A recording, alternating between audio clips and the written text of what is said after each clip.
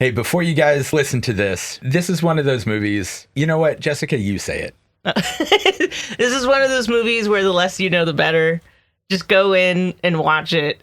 Like, it has misdirects and some shocking reveals, so it's better just to go in. Yeah. And just watch it. Yeah. I mean, as we said with the substance, definitely come back, subscribe, comment, blah, blah, blah. And it is a fictional movie, but I think it is very easy to think, while you're watching it, forget that it's not a documentary, it's a mockumentary.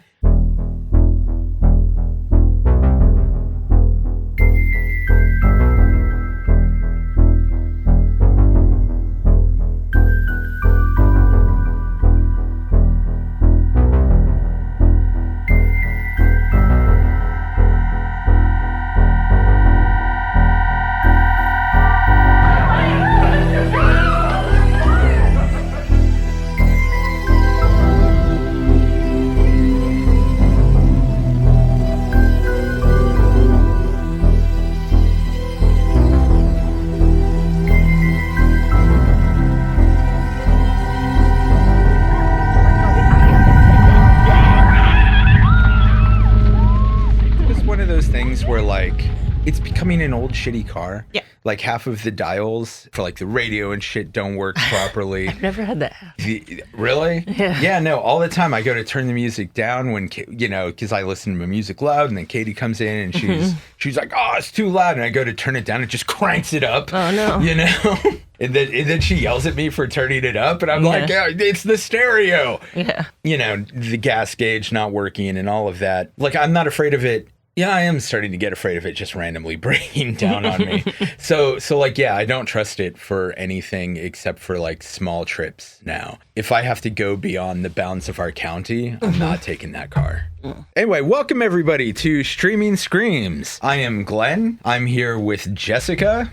Hello. And we are going to talk about some horror. Today, we are going to be talking about Lake Mungo, released in 2008. Written by Joel Anderson, directed by Joel Anderson, starring Talia Zucker as Alice Palmer, a 16-year-old girl who has recently died mysteriously from drowning. She seems like a normal suburban teenage girl at first, but is harboring some dark secrets, and her family may not actually know her as well as they thought. After a school trip to Lake Mungo, she returns somewhat changed, withdrawn, and forlorn, and she seems to know that something bad is going to happen to her.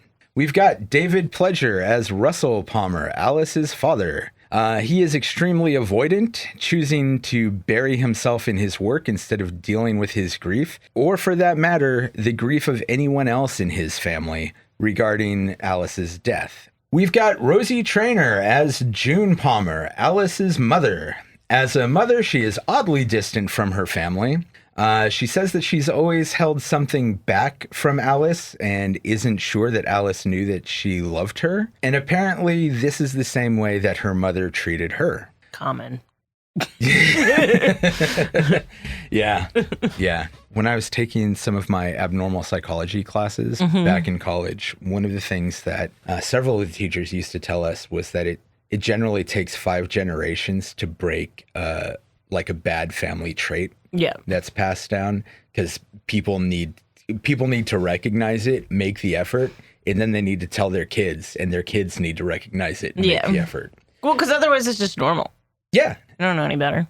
No, and it's really funny when you get to our age, how many things you can look back on and be like, yeah, man, that's just a trait that my parents had passed down to me like a couple of jerks. Yeah. Mom, if you hear this, I love you, and I'm not talking about you, just families in general. Yeah. I'm gonna have to edit that one out.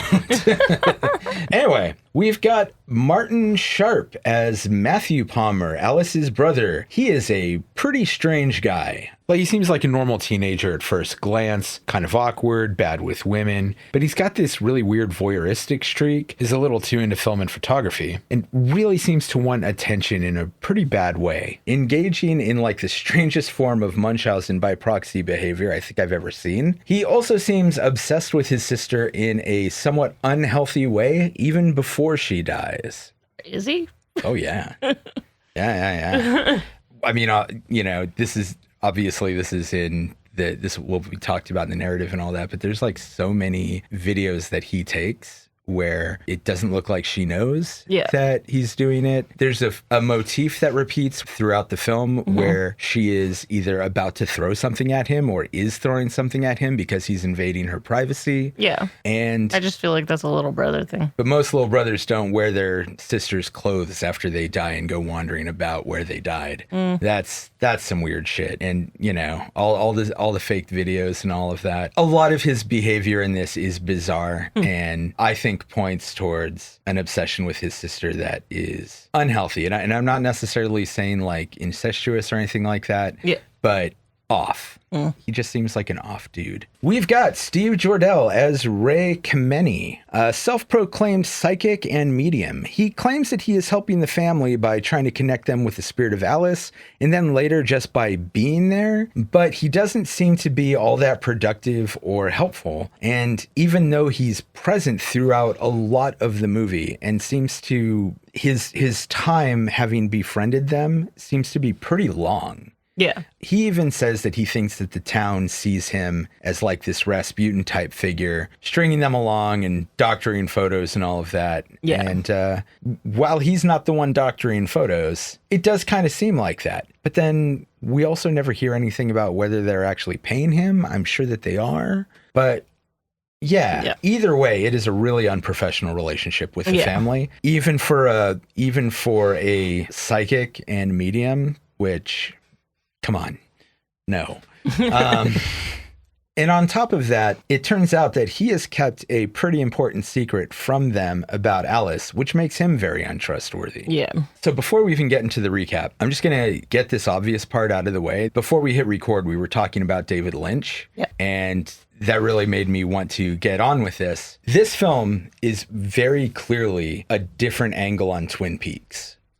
We have a normal teenage girl, attractive, who has mysteriously died. And, even though we knew she probably died in the lake ahead of time, has been found in a lake. Yeah. Throughout the film, we keep uncovering like just these darker things that she has hidden, these little bits of life that she doesn't tell her family about. And for obvious reasons, banging the neighbors and all of that. You're not going to tell your mom about that, right? Yeah. Unless you're really weirdly close. She's got a dysfunctional family, and there is, ignoring the reveal that David Lynch was forced to give, I barely consider that canon, There are no clear answers, and one of the people that is most easy to suspect is her brother. Plus all the dream logic, the circular time loops, the dream communication and shared dreams. On top of all that, Laura Palmer, Alice Palmer, like I think that's very deliberate. Oh, maybe. Just all of that. While I was watching this, I was like, holy shit, some Australian dude picked up a camera and did a found footage Twin Peaks. Yeah. It's not technically a found footage, but... Yeah, mockumentary. Yeah, I do put them in the same kind of the same category. But like I said, I mean, it does come from a very different angle. It's in the mockumentary style. It's presented as something that's real. It doesn't get as fanciful with things like, Black Lodge and all that. I think this movie, characters aren't as quirky. Yeah, I think this movie is very realistic, and it's easy while watching it to think it's a real documentary. Yeah, I agree. Like everyone's awkwardness in it comes off as realistic, not bad acting as like some documentaries or found footages, because like you would be awkward in this. It's the family like having a hard time dealing with grief. Yeah, it's very uncomfortable, and it deals with these very real world subjects of complicated relationships, distance between family members. It is really well done in that regard. I can't say it's the scariest horror movie that I've ever seen, although there's a good sense of tension throughout a lot of it, and one fairly scary part, which is cool. But more of this movie is just sad. Like it's such a sad movie. Hey, but this is a very like love it or hate it movie. A lot of people hate this movie. Oh, really? Yeah. Because they think it's boring as fuck, and they're like, nothing happens. What are they talking about? The whole thing, it's like the whole thing is an investigation. Yeah. Nothing, like, investigations are not like, action movies from the 80s. Yeah. I mean, they don't involve shootouts and shit. People think Hereditary is a slow-paced movie, which I totally disagree. But so I'm like, to each their own. Yeah, well. Kids these days. No patience. You know what? I blame TikTok. It's that damn TikTok's fault and those tweeters and the Facebooks. The YouTube shorts. Nobody's got any attention span anymore. Thanks, Reddit. So because this movie is a mockumentary about Alice Palmer's death and the subsequent haunting of her family, the timeline here is presented completely out of order. As with any intense documentaries, most of the shocking parts, big reveals, etc. are deliberately sprinkled throughout the movie. It's kind of hard to simultaneously recap the narrative, the plot, and the actual order in which things are just presented in the movie. So we're just going to do our best. Yeah. Alice and her family go swimming at a nearby dam. Her brother at some point asks where Alice is, and the family realizes that she's missing. Manhunt ensues, and eventually her body is recovered, bloated and disfigured from like a shelf in the lake. She drowned and then was stuck. Yeah. Her body was stuck. Which, I will say, this is the only, gore, really, showing pictures of her body. Yeah. It's really well done. It looks disgusting. Yeah. It's really well done. But yeah, it does look bloated. It's got that, water-bleached look to the skin. Mm-hmm. Despite the disfigurement, her dad, Russell, identifies the body. Which I can't imagine doing. He even says he doesn't want his wife to see it. Yeah. But then he also regrets it later because she ends up having questions if it's real or not because she doesn't have closure. Right. And I'm like, as a parent, I just can't imagine having to do that. Not just identifying a dead body, but one that's disfigured. Yeah, man. It's very realistic how they handle this. Yeah. And all the more tragic for it, honestly. Yeah. Because, that does, the fact that she didn't go in and identify the body actually turns out to be... fucks with her. Well, not just fucks with her, but it turns out to be a major plot point that keeps the misery of this movie going on. Yeah. If she had gone in and identified the body, there might not have actually been a way to make this movie. Right. We see a bit about how the family is handling things. We see it from their perspective and kind of the perspective of people that know them. June, the mother, is withdrawn and reserved and almost in denial. I think she also blames herself. Yeah, she does blame herself. She doesn't know if Alice knew that June loved her. Yeah. So she's struggling with a lot of guilt. Survivor's guilt, yeah. Yeah. But as we're going to see as a major theme throughout this movie, instead of handling it in a healthy manner, she does kind of withdraw from her family. Yeah. Russell, the father, absolutely buries himself in his work, returning way too early and taking on as much as he can just to keep his mind off of it. Yeah, I believe he literally is like, what are you supposed to do? So you just get on with it.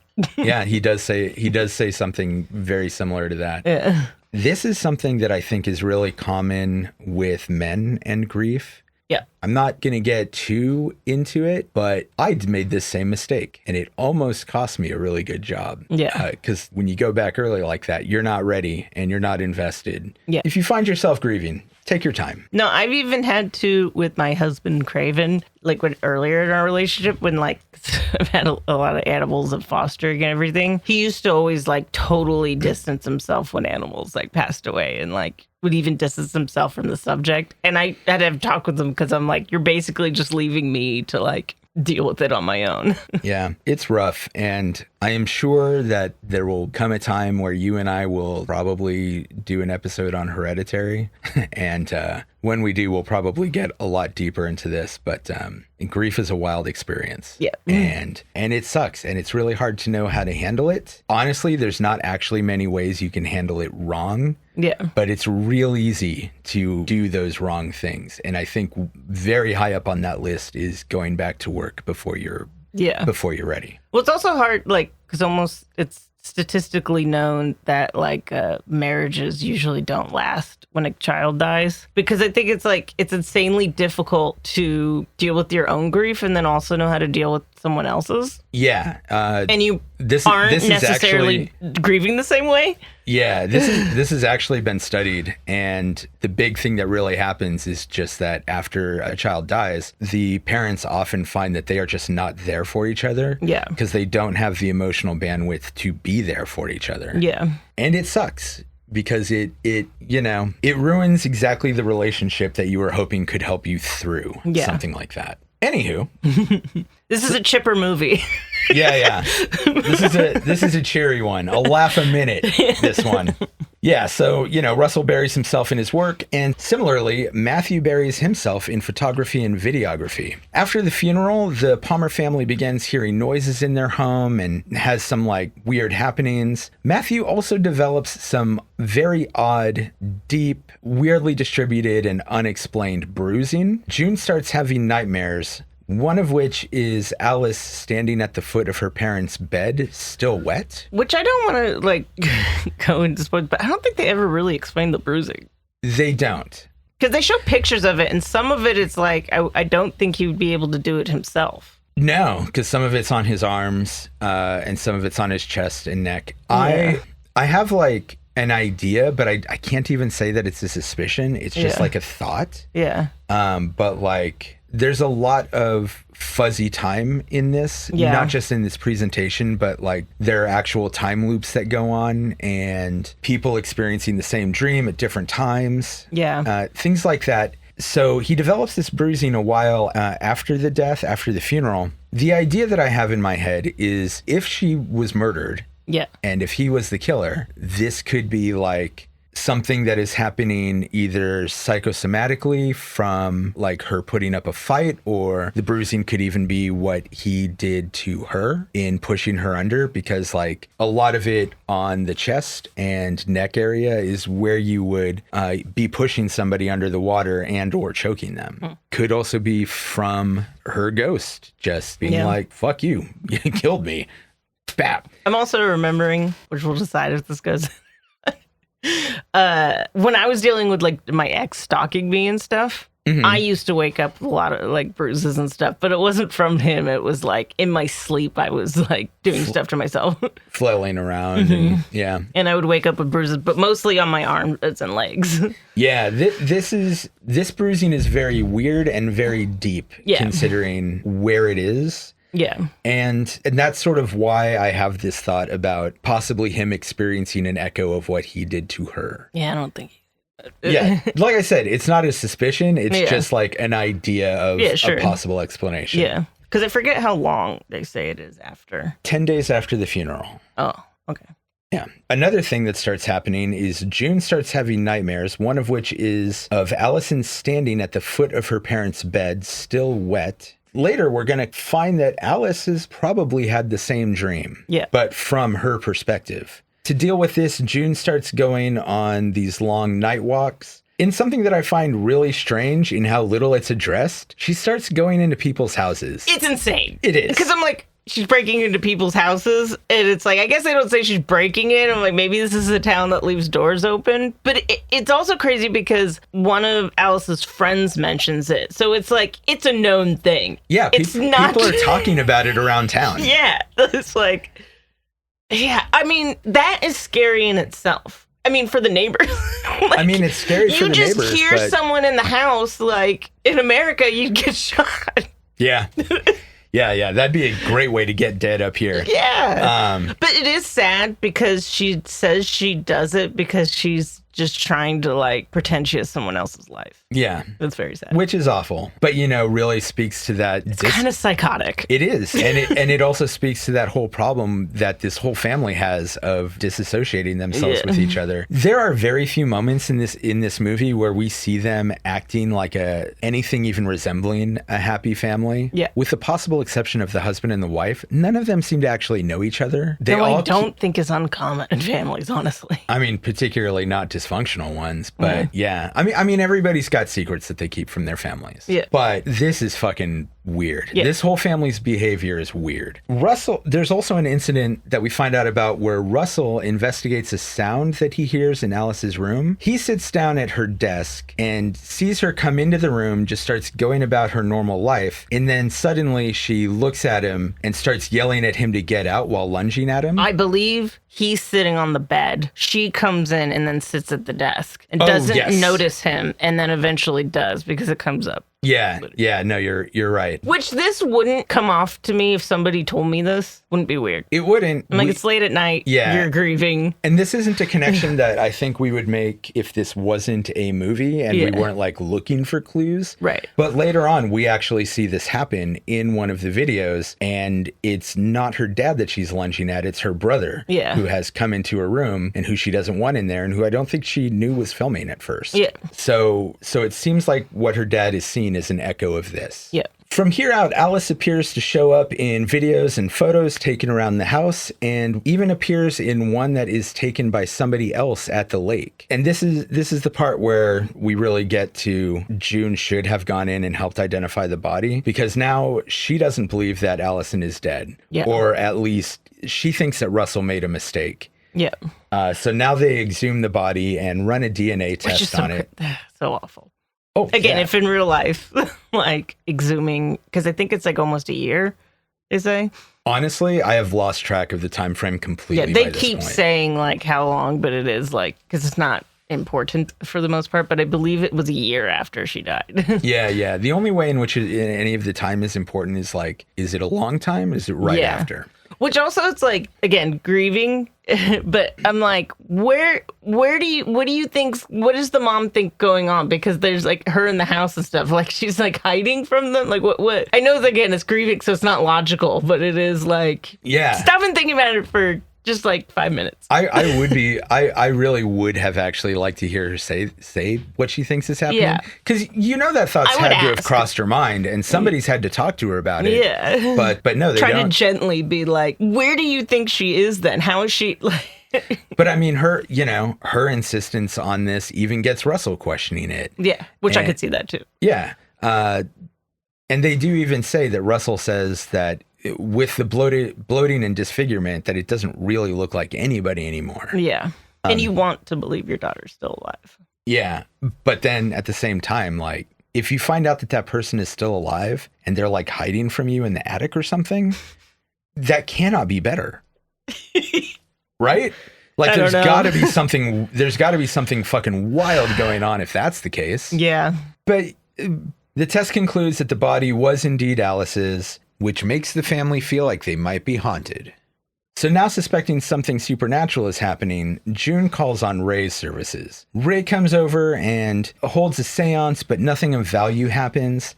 Despite this, the family, particularly Matthew, seems to befriend him, and he becomes intrinsically involved in their lives, to the point where he and Matthew basically go on vacation together. Yeah. Like, even if he was a legit psychic, this is super not okay. Yeah. You don't befriend your clients. You can be friendly with them, but you have to have like a professional. But right. I don't know what anyone thinks about psychics, and I don't care, but any psychics that specifically work with people who have lost people, I think is fucked up. Yeah. You're preying on vulnerable people. Hey man, I have gone through the occasional tarot reading. I'm not going to say I put like a ton of stock into it, but whatever. Half of these things are just like psychological tricks that get you thinking about things in a different manner anyway. Yeah. And sometimes do help people, whether it's real or not. Total again. Fun thing, this is like a long time ago. Somebody came into one of my classes. What were they? They were a psychic of some sort. I think they did tarot, palmistry, and a couple other things. Mm-hmm. But either way, they told me how to fucking fake palmistry. Yeah. And for fun, for a little while, I did a number of palm readings on people that I knew, like not close friends, but people who were like in class and whatnot. Mm-hmm. And they really were just like, whoa, how did you get this? Yeah. And I'm like, dude, it's all a scam. Yeah. It's not hard to lead you to these conclusions, and you'd be surprised how many clues you can get about how somebody lives just from looking at their hands. Yeah, and especially touching them. Yeah. Around this time, it's made clear that Matthew has been faking the photos and the videos. Yeah. Do you remember which one it was that got him caught? No. Okay. Yeah, so he's been faking a lot of these videos and photos. He's been compositing photographs together. He's been using little camera tricks like... One point he's playing a video on the TV and then tilts a mirror so it just sees the reflection of her face in the mirror. Pretty clever. Yeah, it's very clever. And this is the weird form of Munchausen by proxy that I mentioned earlier. Yeah. Like faking a fucking haunting of your dead sister. Weird. Also... Yeah, but they even say, which I think, again, would happen, is like for a time it brought the family together. Did it? Yeah, because they're all like focusing on this thing together. Kind of. Their focus around this time seems to be less on each other and more just on the objects themselves and Ray. Like I think it might have. They all have the same focus. Is the point? Yeah, it's not that their focus is each other, but it brings them together because they're all like focusing on this thing and of if she's there. Well, okay, I can see that. I'm not 100% sure that I agree, but either way, this would still be the same. The son states it. Yeah. Well, but I mean, how trustworthy is he? You know, he's been doctoring all these photos and shit, and I think to get like his parents' attention. Well, and yes, he is definitely starved for attention. Like, I don't think this is weird, honestly. Oh, I think this is weird. I could totally see a teenager doing this.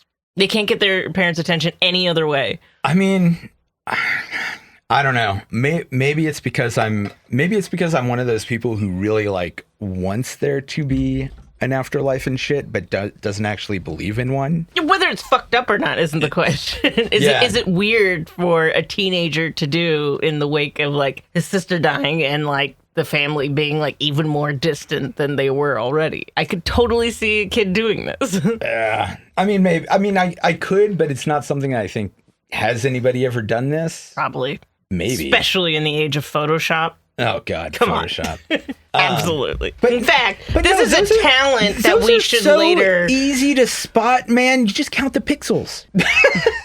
Okay, for reference, this movie came out in like 2005. 2006. So, yeah, so I'm making a callback joke to a meme from 20 years ago. Oh, God.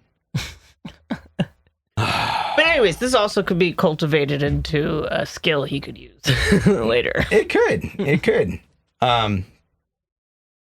But yeah, so the other thing, and I do think this one is weirder, he wears Alice's jacket, specifically her jacket, and goes wandering around the lake where she died.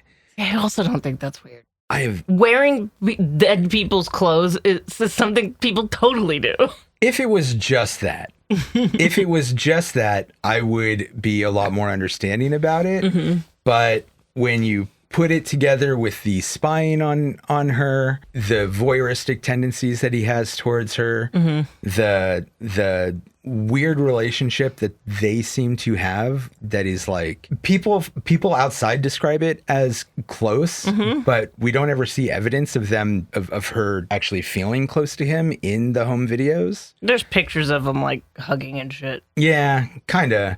It's still weird. You know, when you put that with the faking. I don't know what their age difference is either. I don't think it's very different. Yeah. My impression was that they're only like a year apart. Yeah. But yeah, just when you add up everything, any one of these things would not seem that bizarre. Yeah. The fake haunting maybe, but not as bizarre as when you put them all together. And when you put them all together, you have a picture of a really fucking weird guy who is doing some weird shit. And, you know, not handling death in a healthy fashion is fairly common, but this is like some next level. So eventually Matthew's camera, but here's also the interesting thing. Even after this has come out, he still has cameras around and still films shit. Yeah. Like, okay, it may or may not be after this happens, but I think it is that he goes on the vacation with Ray and leaves cameras set up around the house. Yes. Still to try to capture her, even though it's been... the whole family's gone. Yeah. Eventually, one of his cameras does capture something that the family sort of thinks is Allison at first. But upon closer inspection, the mom realizes that it is their neighbor. This isn't where she realizes it's the neighbor. At first, they just see a person in there, and they're freaked out by it. And it's not her. It's clearly a dude. Mm-hmm. But then they go through all the old stuff that he did, including the ones he doctored. Mm-hmm. And then they see him crouching down. Oh, and that's when she goes, there's someone in the fucking room. There is someone actually there. And then she's like, that's when I realized who it was. Yeah, which is the neighbor. Yeah, and this gets weird. This is also psycho to do. This is not how you handle it. No! I can see when they're not home if you know they're gone, but I'm not saying it's okay. But the stuff of when they're there is like, this is insane. Yeah. Again, in America, good chance you're gonna get shot. Yeah, man. No, I was gonna make a joke about guns, and I'm not going to. Yeah. Not the climate for it. I also don't think like America isn't that dangerous as people think. It's like you're not at risk of just being shot willy-nilly on the street for the most part. I mean, for the most part. I've never feared being shot, but if you break into someone's house, absolutely. Yeah.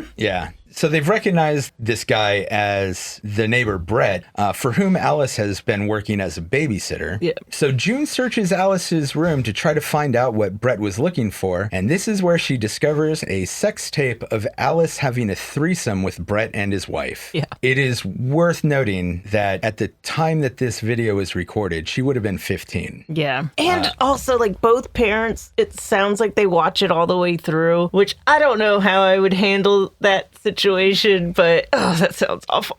Yeah, I mean, I don't know. So besides there being a question, so obviously statutory rape. I don't know the laws in Australia. I looked it up. Okay. So it actually varies region to region in Australia. Mm-hmm. In this region, it would have been 16, and she would have been 15 at this time. Mm. There is some evidence throughout the movie either way that she is coerced into this. Mm. And there is a point around this time shown where we see video of her. It seems like in relation to this, she is wiping tears away. Yeah. There is also... Don't like other girls say that they like that he was like flirty at the pool? I think so, yeah. And that like they were kind of jealous of like she seemed close with them. Yeah.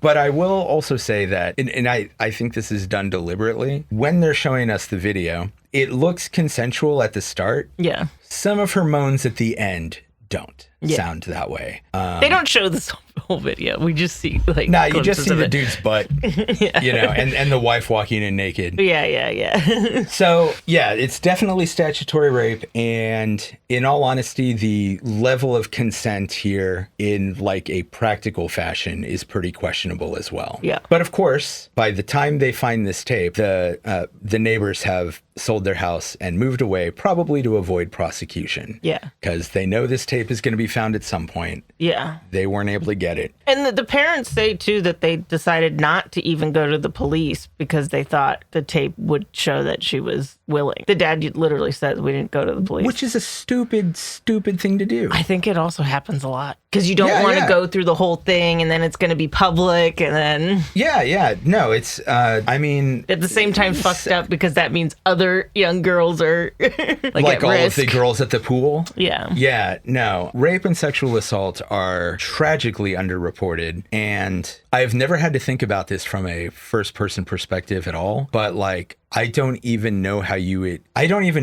a family would be reasonably expected to handle that. Yeah. Like, obviously, the right thing to do would be to go to the police. Yeah, especially since she's passed. Yeah, but I mean, the psychological trauma that they're all going through already is so extreme. But somehow this does become public because her friends and her old boyfriend knew about it. Yeah. Actually, how does this become public? From the brother? Because it never seems like, well, at least in the context of the movie, they don't show the parents ever knowing that it's public, but they show the friends talking about it. Yeah. So I assume the brother, or I don't know, or maybe the parents told someone else, and then their parents were talking about it, and then they overheard it. Just town shit. Huh. If the brother knew about it. Yeah, because they actually don't ever show that the brother knew about it. But like I said, maybe the parents were talking to somebody and then that person talked to somebody else. I don't know. What if her brother found the tape while she was still alive? None of that's ever implied. No. Well, he does go in her room without, when she doesn't want him to. He does invade her personal space a lot. Yeah. And he does seem to have this weird obsession with her. So, I don't know. Again, this isn't even like a suspicion, but just like a random thought that I'm going to throw out. What if he sees this tape, gets a little overexcited about it, feels weird about that, and drowns her in the lake? I don't think he killed her. I don't think he's like this obsessed with her as you think. Like he's a creep. As a younger sister, I went in my brother's room all the time when they weren't home. I went through the shit. What? Why? Because I'm a little kid, and they're my older brothers. I didn't do this with my brother. Well, I don't think he ever did it with me. I mean, not that I would know. Yeah, you would know. I didn't go through my sister's room ever. And I didn't go through all their shit, to be fair. Like, I didn't, like, dig through their drawers and shit or anything like that. But, yeah, like... Okay. I would get... they had, like, stuff under their bed. I'd get it. Like, because they had, like, my brother had, like, rechargeable batteries. So, yeah. I mean, that's not the same thing. Yeah, but there's other stuff under there that you find. Yeah, sure. I'm sure there were plenty of magazines and all that good stuff. I never found porn. I'm not saying that I never went in his room. Yeah. Because he had our shared TV in his room for I went to Kelly's, a lot of the my time. sister's room too, because we got a joint Nintendo and it was in her room. Yeah. We had a TV that we would trade off in each other's rooms. I forget what the intervals were, but I found a kitten in my brother's room one time when he was trying to hide it. Just saying, I went in my brother's room when they didn't want me in there. They didn't know I was in there, and I went in there. No, that's so funny. That's why I don't think it's weird. How are you gonna hide a kitten? Did he have a little litter box in there? There was a box. Just full of poop? No, I don't remember. Well, I mean, there's got to be. I mean, it's a kitten. They're probably not potty trained. It's probably just shitting on the floor. No, he probably had something. He wasn't an idiot. This is David. Hey, I don't know David well enough to say whether he's an idiot or not. All I'm going to say is that he was trying to hide a cat. That's not realistic. Yeah, of course not. Yeah. Of course the cat was going to be found. It was actually, I found it too because I was going to hide in there because I was playing hide and seek with a friend. And I'm like, oh, well, we're not allowed in my brother's room, so I'm going to go hide in there. Oh, perfect. And then it was like, there's a kitten. And then it was funny because we had another cat that already looked similar. So I went out to my mom and was like, did Oreo have kittens? Oh, so you ratted him out. I didn't mean to, but I thought, I was just like, why is there a kitten that looks like her? What do snitches get? They get stitches. Well, I got a kitten because we kept the cat. Oh, God. Oh, that's really... Ended up being my cat, too. The cat loved me and hated everybody else. That is great. Anyway. I was just saying, I don't think it's that weird to go into your sibling's room. I don't know. I think there's a lot of weird behavior on his part here, both while she's alive and after she's dead. And again, any one thing would not be sparking any would not be throwing up any red flags for me. It's the gestalt. It's the whole picture here. There's a pattern of weird. I just think having a sibling die, it does make sense. Like when you're young. It's not so weird to become obsessed with them, especially if you know there's like secrets. Because that also would think, I could see, if I thought my brother or sister was hiding secrets, I probably would go through their room. Right. But no, I'm saying that he was obsessed with her before she died. That doesn't stop after she dies, of course. But I'm also significantly younger than my siblings, which I think that does matter. So, see, there you go. If he finds that tape and he feels a way that makes him feel guilty about it, sploosh, right into the lake.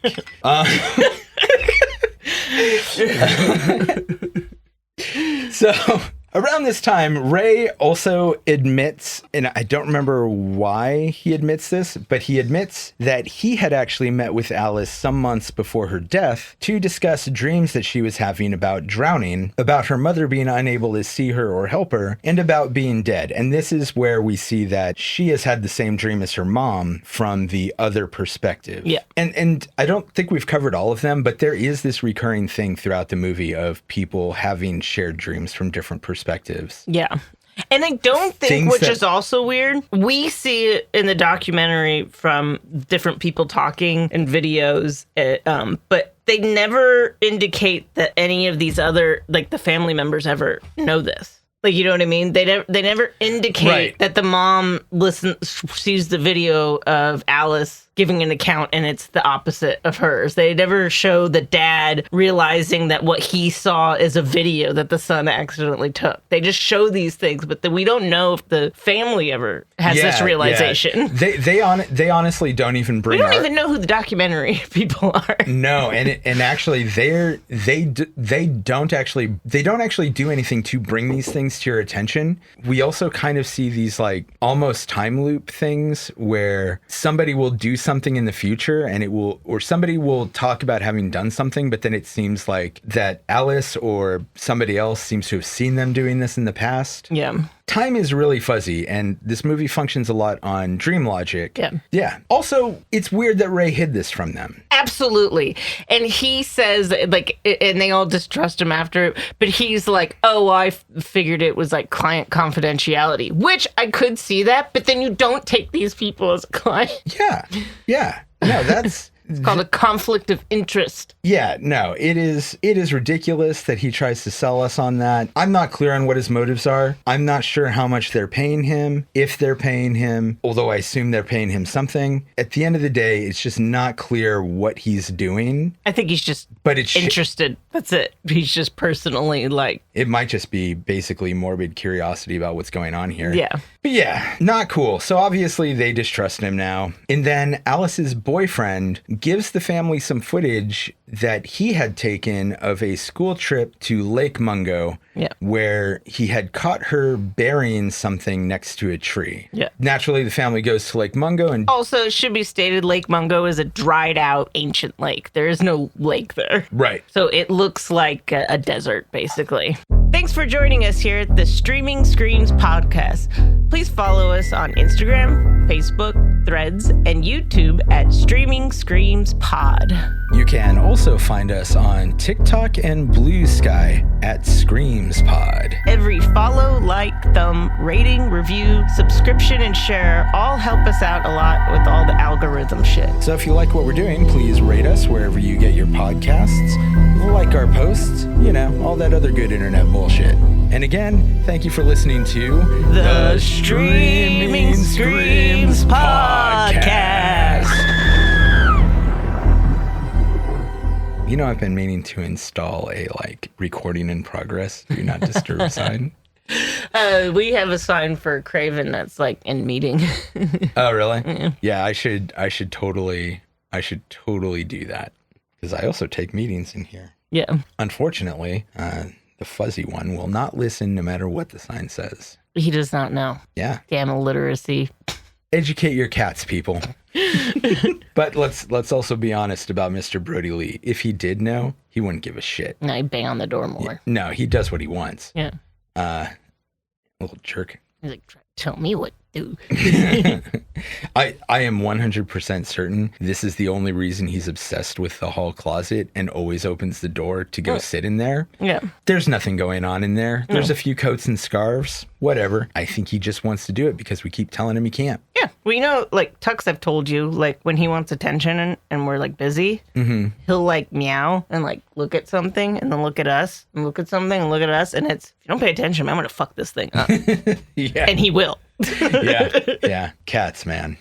They're always smart in just the ways you don't want them to be. I know. So Alice's boyfriend gives the family some footage that he had taken of a school trip to Lake Mungo, where she was burying something next to a tree. The family goes to the lake and starts digging around this tree, and they dig up a bag containing Alice's phone, which she had supposedly lost on the trip, as well as some of her favorite jewelry. Yeah. They check the footage on her phone and find a video that she had recorded herself while walking around Lake Mungo, where she's approached by a figure from the distance, which lunges at her. And then we see that this figure is basically her bloated dead self that was pulled out of the water earlier in the movie. It's basically like being accosted by your own ghost. Yeah, which this fucked with Craven. Oh, really? Why? Oh, just like the idea of like running into your own death. The unfortunate thing is how self-fulfilling it is, because this is probably why she started thinking that she was going to die. Oh, absolutely. Yeah. I mean, no, it's definitely why, but Yeah. I think it's why she started having nightmares about being drowned and stuff like that. When the first couple times I saw this, I was always confused about her burying her jewelry. Didn't make sense to me. So explain this one to me, because I haven't figured it out yet. Well, they said that it was her like most prized possessions. I think she didn't want them to be lost when she died. Oh. She wanted them. She knew that, because even wasn't the phone in a bag? Yeah, it was in a bag. Yeah. She everything wanted was in a these bag. things to be retrievable, which is why I think she buried them by a tree, because that's a landmark. Yeah, although that also kind of seems weird. Like, Yeah. you could just leave them in your room. Sure. But she didn't know when this was going to happen. Oh, that's true. That's the thing, is she didn't know when it was going to happen, but she knew, like, this is my future coming from me. Yeah. What a mind fuck that would be. Exactly. Like, if you think about it, like, in like, if you're not invested in the story, then I could see how, like, again, this is not scary. But if you're actually invested in the story and think about it, and if it happened in reality, it is actually a terrifying movie. Yeah. Like, what would you do if you're faced literally with your own mortality? Cocaine. Lots and lots of cocaine and booze and all the sex I could have before the deed is done. Ridiculous. I think got a comment for anyone who decided not to watch the movie. You also got to know, too, that this is like, which I think makes it creepier. This is a 2005 phone. So it's not the best video. No, and I think that it takes longer to realize like what's going on, because it has to get pretty close. Yeah. And also, and this is kind of a thing that happens with all of the video is like with like digital 4K or even 8K video that you have today. Yeah. A lot of this would not be possible, but with all the the faking this stuff would be so obvious. At least the way he's doing it. Right, but with all the graininess and you would be able to tell that wasn't Allison wandering around the lake in her coat. Yeah. Zoom in. yeah. You just do a little pinch, like, oh, what the fuck's that guy doing? Yeah. But yeah, so the graininess really plays heavily into the realism of this movie. Yeah. It does, oddly enough, this does seem to give them at least a little bit of closure and seems to bring them a little bit closer as a family. I still wouldn't say that they're tight after this. No, but it makes them accept things a little more.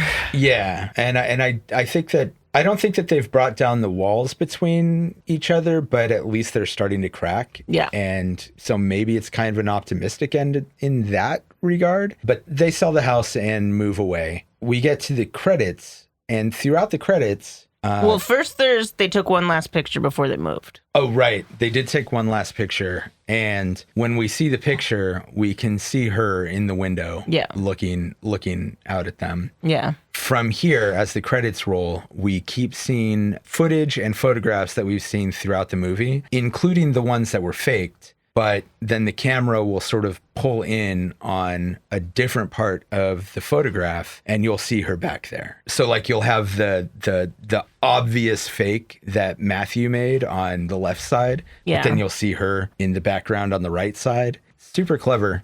A lot of weird stuff going on. Well, some people find this ending shot terrifying. The one of her coming up to the phone, or they're leaving and she's at the house. Yeah. So the walls start to crack for everybody else, but she never gets to be close to them, and she is basically going to be left alone in that house while they go somewhere else. Yeah. But and then through the credits, they're like showing that all these photos that we've been seeing, she has been there, just not where we were looking. Right. Yeah. Which I think this movie does really well, that there's like, with the reveal with the neighbor and everything, that there's several instances where they're showing you something and there is there, but they're directing you somewhere else so you don't notice. Yeah, there's a lot of magic tricks being pulled with the video and the photos that we see in this, and they're all really well done. I didn't catch a single one of these. I don't catch it every time I watch it, and I know it's there, but I get so invested in the movie that I'll be looking around, but I forget where they are. Yeah. It's a pretty good movie. I get that it wouldn't be everyone's thing, Yeah. I get that it wouldn't be everyone's cup of tea, but I enjoyed it. I don't know, man. There's something about movies like this that really bring up this weird nostalgia now, because there is something about that time period that I do kind of miss, and I don't really know why. Yeah. You know, because it wasn't like the best time of my life or anything. No. But yeah, it's interesting.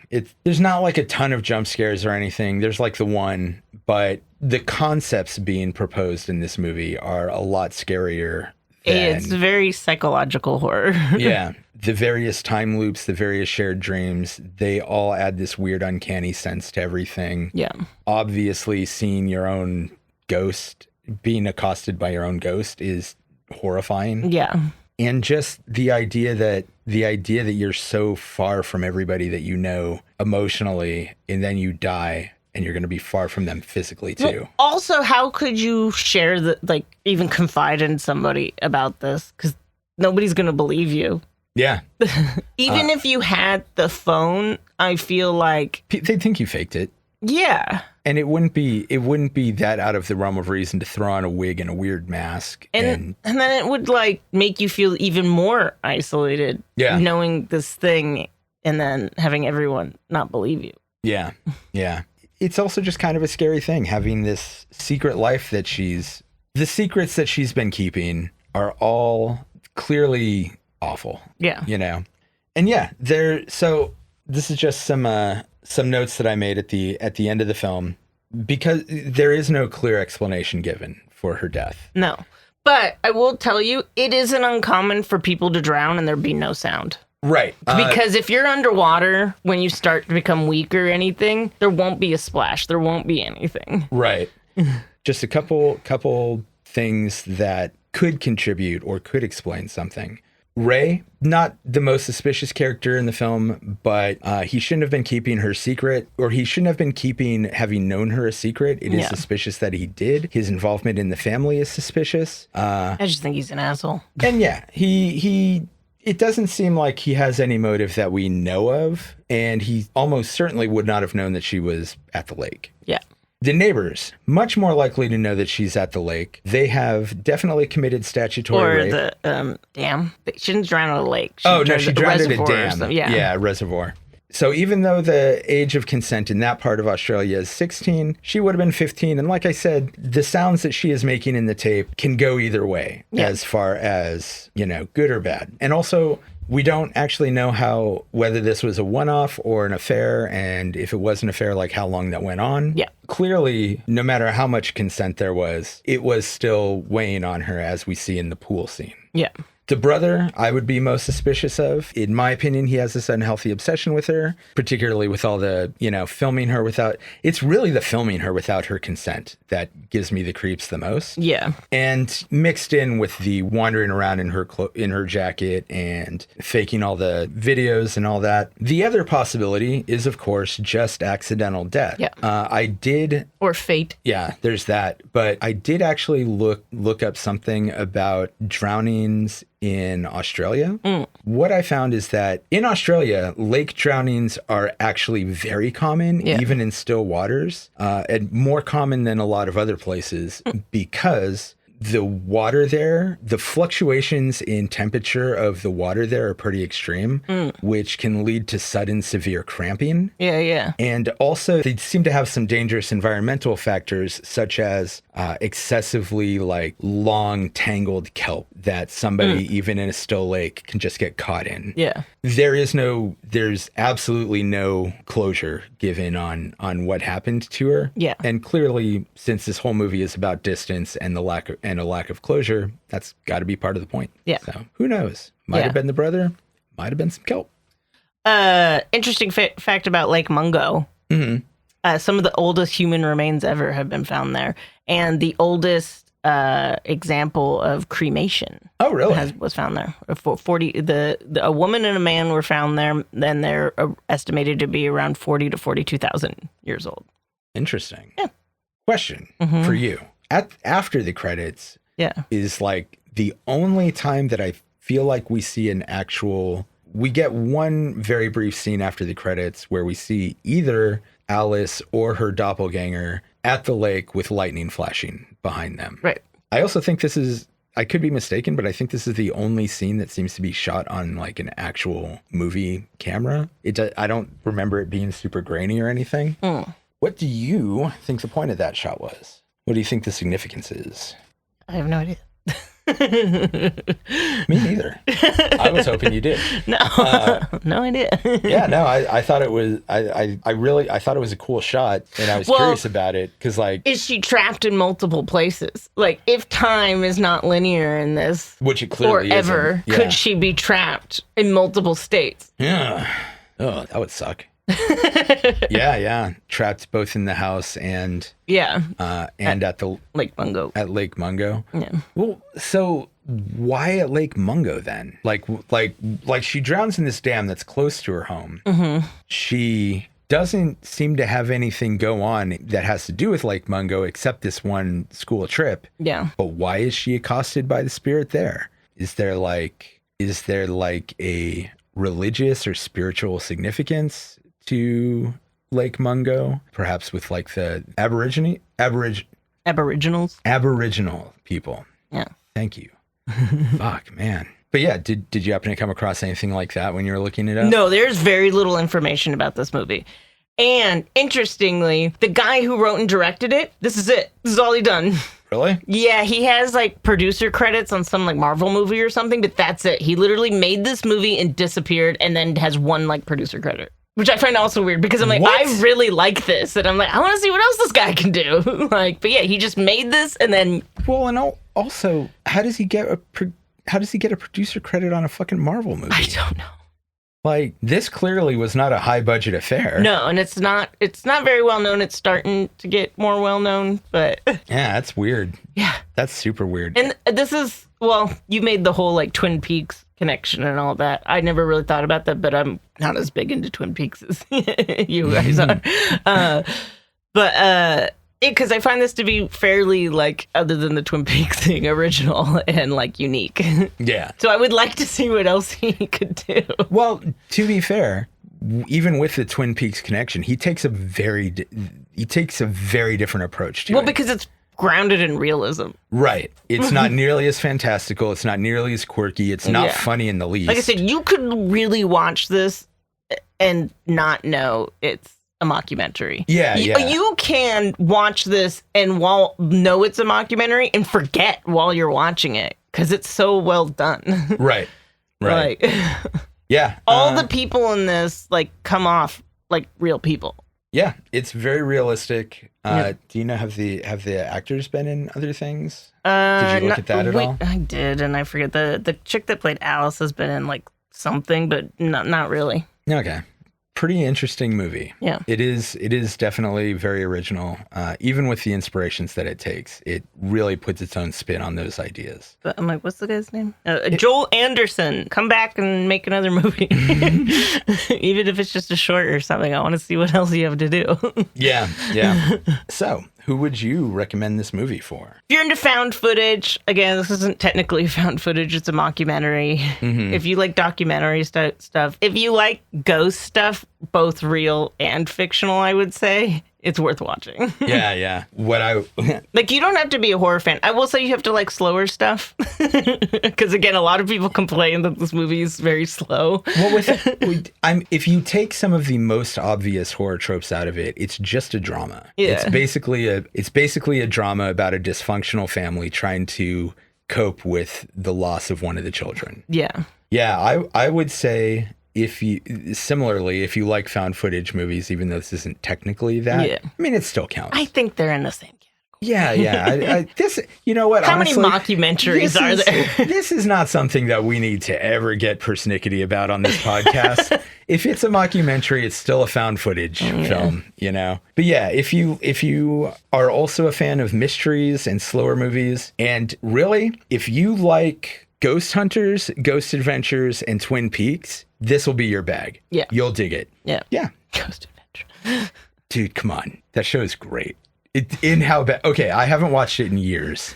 I keep meaning to catch up. It is the dumbest. It is the dumbest guilty pleasure I have, and I say that as a wrestling fan. Did you ever listen to the Praga Khan and Zach Baggins album? No, but that's great. I got to. Yeah. Oh God, no. I could. Someday we should. If this gets in there, for anyone who doesn't know Praga Khan is, he's the main guy from Lords of Acid. Yeah, isn't he from some other things too? Like, I guess it's one of those dudes that has a bunch of side projects. Yeah, he did the Mortal Kombat song. He didn't. It's the other guy from Lords of Acid. They just did that as part of Praga Khan's set because why would you not do that song? That was amazing. Oh God, it was so cool live. I also feel bad that I never remember the other guy's name. Yeah, I will say of all of the things that I was expecting, so I had no idea that they were involved in the Mortal Kombat soundtrack at all. Yeah. Of all of the things that I was not expecting that night, the nudity, sure. I figured there would probably be something like that going on. Mm-hmm. Was that your first time seeing him? Yeah. You know, which I don't remember who their singer is. I found it so funny that she spent the entire show with her tits out, but then for like the last two songs, she put on a top. Yeah. Like, what is the point at this point? But yeah, like all of the nudity, all of the girls that they brought up on stage, you know, just the fun techno, obviously, or fun like EDM. I guess techno still works for that time period, right? Yeah. I don't know.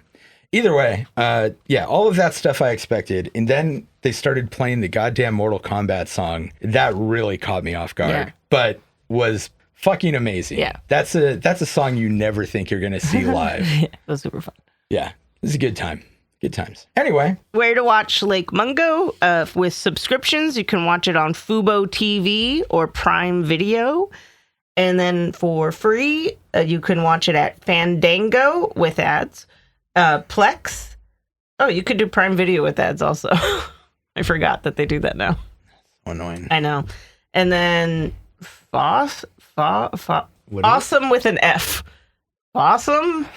Fossum! Yeah. Too many streaming services. But yep, that's it. Yeah, and also too many of them are inserting commercials again. Fuckers. Yeah. That was the whole point of cutting the cable. I know. If you didn't watch it before listening, that was a mistake, but you should still watch it. It's worth a go. Yeah. Worth the goo. Yeah. On that note, Jessica, play us out. Don't leave the place that was our home. Don't leave me here all alone. One day we'll all be gone.